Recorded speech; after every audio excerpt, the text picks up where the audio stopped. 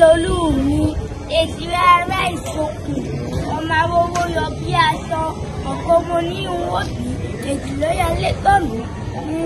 lójú Orogun, ìgbọ̀wọ̀ lójú ìyá rẹ̀, Ọbẹ Kisi pẹ̀kẹ́sẹ́,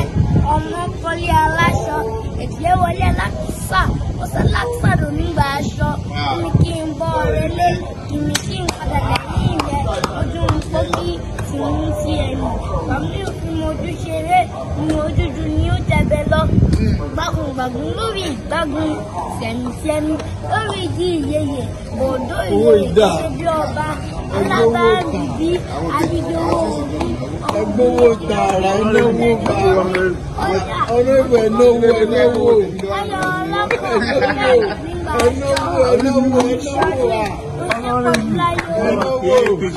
Obìnrin kó láyé,